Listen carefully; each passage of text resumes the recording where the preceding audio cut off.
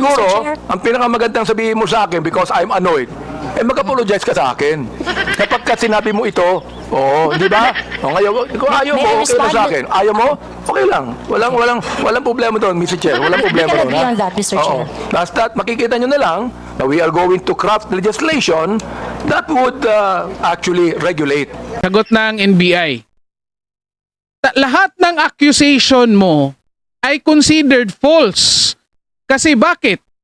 The person is still innocent until taga-English kasi until proven guilty. Okay, maraming araw po sa inyo lahat and welcome po ulit sa ating itong Tabunan PH channel mga kababayan, and nandito naman po tayo para sa ating panibagong reaction video ngayon. At ito mga kababayan, pag-uusapan natin patuloy nating pag-uusapan yung nangyari sa Tri-Committee hearing kahapon mga kababayan, April 8, 2025, at ito nakafocus pa rin po tayo dito kay Congressman Benny Abante mga kababayan. Parang nagiging paborito yata natin si Congressman Abante ngayon. Akala ko ba si Franz Castro yung paborito natin? Well anyway, kasi nga naman kumukuha ng mataas na oras itong si Congressman Abante mga kababayan. Hindi ko lang alam kung talagang itong may concern ba talaga siya dito sa fake news or gusto lang niyang kayo na mag-comment dyan mga kababayan. Eto, ano nangyari dito kay Congressman Abante? Again, may dalawang videos na tayong nagawa doon sa eksena ni Congressman Abante at ng isang vlogger. At ito, pagpatuloy muna natin mga kababayan. Kasi nako dito napahiya. Napahiya si Congressman Abante dito sa kanyang baluarte. Dito sa Congress, dito sa Tri-Committee hearing. Isa pa naman siya sa mga committees dito mga kababayan. Di ba? Yet nako napahiya talaga. Naghahanap ng kakampi. Pero walang kumampi. Kalain nyo yan? Eto pa, lugar nila yan, baluarte nila yan. Yun nga sinasabi natin sa Cebuano, baluarte nyo yan. Diba? Ano tawag niyan sa basketball? Home court advantage. Pero walang kumampi, akalain nyo yan?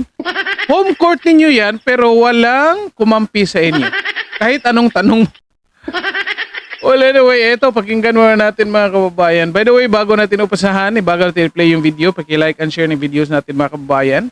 And then paki-subscribe din po sa ating channel. Of course, sa lahat ng nakapag-subscribe na, of course, palakpakan tayo dyan. Okay, ito umpisahan natin mga kababayan. Maiksi lang ito. Stay tuned kayo hanggang sa huli kasi maiksi lang pag-usapan lang din natin. Ito, pakinggan ninyo. Mr. Chair, meron po bang ibang vloggers na gustong magsalita tungkol dito? Do you have any statement to the social media personalities regarding the issue on Ms. Cruz? Ms. Cruz, just curious, are you a voter of Honorable Abante? No, So you're Mr. not a Chair. registered voter in the district of Honorable Abante? No, Mr. Chair. And as you have said earlier, you do not know him personally. Yes, Mr. Chair. And he does not know you personally. Correct, Mr. Chair. So, bakit na nyo naisip na atakihin si Honorable Abante? Just curious. Because the action is not really limited. The performance and the performance of Congressman Abante being part of several committees that affects national issues. But why are I you got to know interested him. particularly, specifically to Mr. Honorable Abante, considering that you are not a voter of Honorable Abante? Ano pong interest ninyo? The issues that he tackles in his committee memberships and chairmanships are issues that are affecting the Philippines at large. So in short, you have something against him because you have singled him out. There are 314 congressmen here, pero mukhang paborito mo si Honorable Abante. That is incorrect, Your Mr. Chair, Honor, paborito Mr. din niya Chair. sa Ace Barbers. Because there are other congressmen that I give my observations to, and it's not limited to Honorable Congressman Abante. So he's not singled out, Mr. Chair. Mr. Chair, palaging sinasabi ni Ms. Cruz yung observation. I hope, Ms. Cruz, okay lang yung observation. For example, like, I hate Congressman Abante. Okay yan. I do not like Congressman Abante. Okay yan. I don't agree with Congressman Abante. That's fine. Pero yung tatawagin mo akong gago at isasampal mo sa... Teka, gusto ko nang tanungin. Ha? Gusto kong malaman, ano ba isasampal mo sa akin? Sabi mo eh. Ha? Isasampal ko ito sa pagmumukha mo. So, pakiklaro nga sa committee ito kung ano yung isasampal mo sa pagmumukha ko. Like I said earlier, Mr. Chair, I would like to know when that was posted. And perhaps, it's very likely, Mr. Chair, That I was posted on YouTube. Mr. Chair, it's very likely, Mr. Chair, that I said something like that. We are That's checking it now. Very likely, the one that is going to be slapped on your face is, it's very likely that I'm Oo, referring to yun nga eh. Fox. Oo It's nga. very likely that I'm referring Mr. to Chair, Fox. talagang hindi ko akalain, sasabihin niya sa akin to eh. Kung ang, Mr. Chair, kung ang misis ko ang sasabi niyan, tanggap ko yan. Pero si Miss Joey, hindi ko naman po siya kilala talaga eh. Ito ha, ito pa, may sasabihin ako sa inyo. Yung gusto kong tanungin din naman, yung ating mga researcher dito ng Press One. So what do you think of Ito mga kababayan, ito pansinin nyo, naghahanap na siya ng kakampi kasi hindi talaga maisahan itong vlogger. Palaging nandun siya sa premise mga kababayan na hindi kita kilala. So bakit mo ako binabanatan? Parang ganyan, di ba? So wala kang karapatan na kasi kapag yung first premise niya, hindi mo ko kilala. So basically lahat ng sasabihin mo against sa akin, mali yan. O parang ganun yung plano niya. Pero hindi talaga niya maisahan. Kaya ito, naghahanap na ng kakampi. Pakinggan yung mga kababayan, anong sagot ng mga tinanong niya. Ito, pakinggan natin. Miss Cruz? What do you think of her statement? Everything that she said. Mga researcher po kayo ng Press One. Can you say something about that? Press One, can you please answer? Mr. Chair, no, we were confined with the facts as researchers. No? So I think as long as if Miss Joey Cruz is giving her opinions and her opinions alone, no, I think it is beyond our capacity to it is beyond our capacity because she is entitled to her own truth. But again, if it's something to do with the known facts, no, I think we can debunk what is being said. Ayun po. Yun po, Mr. Chair. Okay, may I ask Mr. De Guzman?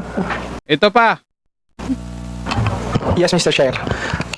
Well, in my opinion, Mr. Chair, it's basically as a reputation management practitioner.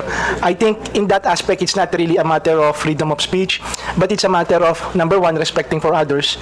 Number two, it's a matter of an ethical practice, whether you're a journalist or even a content creator, because basically your audience has a wide range. They are not just limited to a particular segment who would understand, unless of course that's the type of brand that you want to project. So you will really break those ethical rules, those courtesies, and the respect. So that's At least ito mga kababayan, mukhang, pero nagiging safe din ito. Mukhang kumakampi, pero safe din ito. Totally hindi naman talaga kumakampi ito. Parang lang. At patuloy natin. my personal opinion, Mr. Chair. Mr. Chair, can I ask the rest of the bloggers if they would like to say something? Yes, go ahead. Hello. May I? No, I don't agree with how you stated it, sir, which allegedly she said, because well, people can say anything they want, but if it violates the law, then it's illegal, and it still has to be determined if what she said really was illegal or what she did was illegal, and that I think that is for the courts to decide. Yan yung tama. I think we have already heard the other Mr. Chair. bloggers. Those who wish to make a statement, you can do so. But to those who have already made their statement, pwede na siguro yun. Mr. Chair, Permission to speak. gusto ko lang pong sabihin kay Miss Joey, yung batas tungkol sa unjust vexation. Supreme Court has defined unjust vexation as any human conduct without violence that unjustly annoys an innocent person. Yan. Yan ang batas. The elements of unjust vexation are: there is human conduct that unjustly annoys or irritates another person. Such human conduct was not attended with violence. Such human conduct caused annoyance, irritation, torment, distress, or disturbance to the mind of the person to whom it is directed. An offender acted with criminal intent. Nagugol pa That mga is kababayan. what unjust vexation is, Miss Cruz. Oh. If I say, Miss Cruz, I was irritated by what you said. I was Then file a case. annoyed by what you said, even without violence. I was distressed with what you said. I became depressed with what you said. Oh, di ba, Miss Cruz? So sabi ko, ganito na lang. Ganito, ha? Let's just be very careful. Okay lang po sa akin. Sabihin mo sa akin, I hate Congressman Abante. I don't like him. I don't agree with him. Fine. Pero yung babanggitin mo dito, ha? Gago ako. Isasampal ko ito sa pagbubukha mo. I'm going to be FUC prepared. Ay nako. Palagay ko, very irritant yon sa pinagsabihan mo. Tama ba ako, Mr. Joey Cruz? May I respond, Mr. Chair? O, sige. Thank you. Mr. Chair, I understand that it may come across as something that you may not feel comfortable with what I said and things like that. And again, if you feel that you are aggrieved with what I said, I will welcome any action remedies from your end. No, On the other hand, Mr. Chair, You would welcome what? You would welcome what? Any remedy that you may seek, Mr. Chair. Any against legal me. action, is that what you're saying? That is Mr. correct. Chair? Any remedy, not limited to legal action, No, Mr. Chair. I'm not going to resort to any legal action anymore. Ha? Bakit? Ang bait naman pala. Magbabayad ka pa ng abogado mo. Maglilitis pa tayo ng matagal na panahon. That would also be irritant to you. You do not want that to happen to you, am I right? Huwag mo Yes, sabihin Mr. sa akin Chair. that you welcome any legal action. If you, because you enumerated the elements of Oo. unjust vexation, Siguro, Mr. Chair. ang pinakamagandang sabihin mo sa akin because I'm annoyed, mag-apologize ka sa akin. Kapag ka sinabi mo ito, di ba? Kung ayaw mo, May I okay na respond? sa akin. Ayaw mo, okay lang. Walang problema doon, Mr. Chair. Walang problema can doon. agree ha? on that, Mr. Oo. Chair. Basta makikita nyo na lang na we are going to craft legislation that would actually regulate what our bloggers is trying to say. Let me ask our DOJ people. Pakinggan natin mga kababayan. Nung sabi na si DOJ dito, naghanap na naman ng kakampi. Ha? Ano pa ang palagay nyo? Sinabi ni Miss Joey Cruz. Nandiyan ba't po ng DOJ?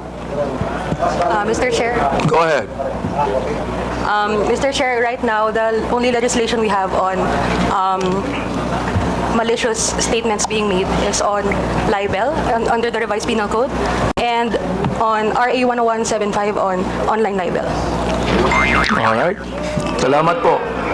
Can the NBI also Hindi satisfied si Abante mga kababayan. Naghanap pa ng iba. Ito pakinggan natin. say something about that, Mr. Chair? NBI ito mga kababayan ha. NBI. Yes, Your Honor. Well, Your Honor, for purposes of discussion, we have what we call the doctrine of fair comment. So under the doctrine of fair comment, it means that every discreditable imputation publicly made is deemed false because every man is presumed innocent until his guilt is judicially proved, and every false imputation is deemed malicious. So under this doctrine, as a general rule, when the discreditable imputation is directed against a public person in his public capacity, it is not necessarily actionable. What we are talking here is whether or not it is actionable or not actionable. But as an exemption, if the discreditable imputation to a public official is either a false allegation of fact or a comment based on false supposition, it is actionable. So dito po sa doctrine na to, it's up to the person being attacked whether he wants to file a complaint or not. If he wants to file a complaint, then evidence must be submitted in order for the prosecutors to assess the evidence as well as the court kung sasampa man dito sa korte. Thank you, Mr. NBI. Napahiya. Biglang bumait mga kababayan. Yun sa Abante, yung pagmumukha biglang bumait. I'd like to also say, sapagkat marami ring bashing ang binigay ni Miss Cruz kay Congressman Ace Barberson. Di ba? Stop na natin ito mga kababayan. Nakalayan niya, di ba? Hindi makahanap ng kakampi. Ayan. Pumunta na doon kay Ace Barbers. Ito, pag-usapan natin ng mabilisan mga kababayan. Unang-una, ito, pinupuntirya ko dito si Congressman Pimentel mga kababayan ha. Kasi pinapalabas dito ni Congressman Pimentel, unfortunately mga kababayan ako, nakakagalit ito. Kalain nyo, kongresista sila. Lahat kahit anong gawin nilang batas dyan, lahat tayong Pilipino apektado. Akalain nyo yan? Pero pinapalabas dito ni Congressman Pimentel, mga kababayan, na allowed lang tayo or meron lang tayong karapatan na bumanat sa mga kongresista kapag isa tayo sa mga bumoto sa kanila. Or under tayo ng distrito ng kongresista na yan. Akalain nyo yan? Ganyan klase mag-isip yung congressman natin, mga kababayan. Ha? Kasi sinasabi niya dito, tinanong niya, voter ka ba? So bakit mo binabanatan si Congressman Abante? Hindi ka naman voter sa kanila. Di ba? Kinukonclude pa niya na may galit ka kay Abante kasi kahit hindi ka voter sa kanya, binabanatan mo siya. Di ba? Kasi nga, mas lalo pang matibay ito or mabigat ito kasi hindi siya bumoto kay Congressman Abante, yet tayong lahat nafe-feel yung effect na sa mga ginagawa ni Congressman Abante na hindi tama. Kaya nga nagagalit yung mga tao. Di ba? At ito, pinipilit ni Congressman Abante na tama yung ginagawa niya dito sa mga vloggers, mga kababayan, na kung saan sinisingle out niya. Tingnan nyo. Sinasabi nila na itong mga vloggers sinisingle out itong mga kongresista. Yet dito, klarong-klaro na itong mga kongresistang ito sinisingle out yung mga vloggers na mga pro-Duterte. Katulad nito ni Joey Cruz. Sinisingle out nila. Kanina pa to, ilang minuto na ito. Binabanata ni Congressman Abante. Di ba? So ini-insist talaga niya na mali yung ginagawa, mali yung ginamit ng mga expressions ni Joey Cruz, mga kababayan. Pero tignan nyo, anong sabi ng ibang resource person na hindi vloggers, mga kababayan, pati ng DOJ at ng NBI. Simple lang. May existing na law, libel at cyber libel. Kung sa tingin nyo mali, nasasaktan kayo, edi mag-file kayo ng kaso. Bakit sinasabi ngayon ni Congressman Abante hindi siya magpa-file ng kaso? Kasi i-insist na niya hindi siya nasasaktan. Di ba? At ito pa, tinanong. Kasi nga nagkahanap yung si Joey Cruz na anong post yan? Anong date? Tanong nga when was that posted? I think kahit English yan, mga kababayan, kahit hindi tayo marunong mag-English, I think naintindihan natin yan. Kapag when, anong ibig sabihin? Kailan? Bakit ang sagot ni Congressman Abante ay sa YouTube? Akalain nyo yan? Ang tanong, kailan? When was that posted? Ang sagot, it was posted in YouTube.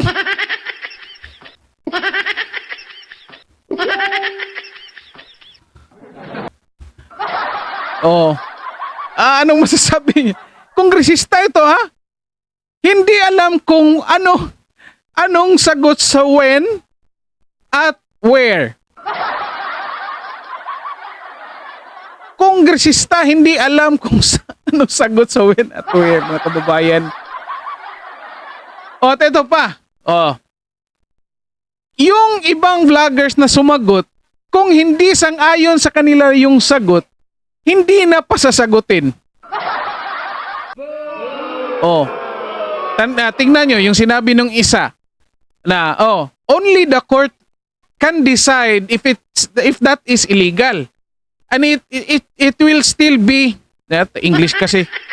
Kailangan pa i-determina, Tagalogin na lang natin. Kailangan pa i-determina ng korte yan. At sila lang may kakayahan na mag-decide kung illegal yan. Anong sabi ni Congressman Pimentel? Yung mga nakasagot na, hindi na pwedeng sumagot. Akalain yan, mga kababayan. Kasi hindi sang-ayon sa kanila yung sagot. At ito, klaro-klaro, sa DOJ, sinabi, may libel at cyber libel. Kung sa tingin mo, violation yan sa iyo, mag-file ka ng kaso. Klaro yan. Sagot ng NBI. Oh. Itagulugin ko na lang mga kababayan kasi English, hindi ako marunong mag-English eh. Sagot ng NBI. Lahat ng accusation mo ay considered false. Kasi bakit? The person is still innocent until taga-English kasi, until proven guilty. So, ikaw na nag-aakusa na mali yung ginagawa ng isang vlogger, false pa rin yan kasi innocent yan until proven guilty. Kaya mag-file ka ng kaso. Unless kung ang binabalita niya, ang sinasabi niya ay isang false on a given fact. Halimbawa, kung sasabihin ni Joey Cruz na gwapo si Congressman Abante, yun ay false. Kasi hindi salungat yan sa katotohanan. Yan ang klarong false. Yan ang klarong di ba? So kaya kahit anong akusa mo dyan, hanggat hindi yan sinasabihan ng korte na guilty, false yung sinasabi mo. Kasi innocent yan until proven guilty. Mag-comment kayo dito mga kababayan. Tingnan nyo itong klase ni si Abante mga kababayan. Ano ba to? Pastor pa naman. Anyway, paki-like and share ng videos natin mga kababayan para makita din ang iba. And then, paki-subscribe din po sa ating channel. Of course, dito na lang po muna tayo. Kita-kita tayo sa susunod na video at maraming salamat sa lahat. Okay?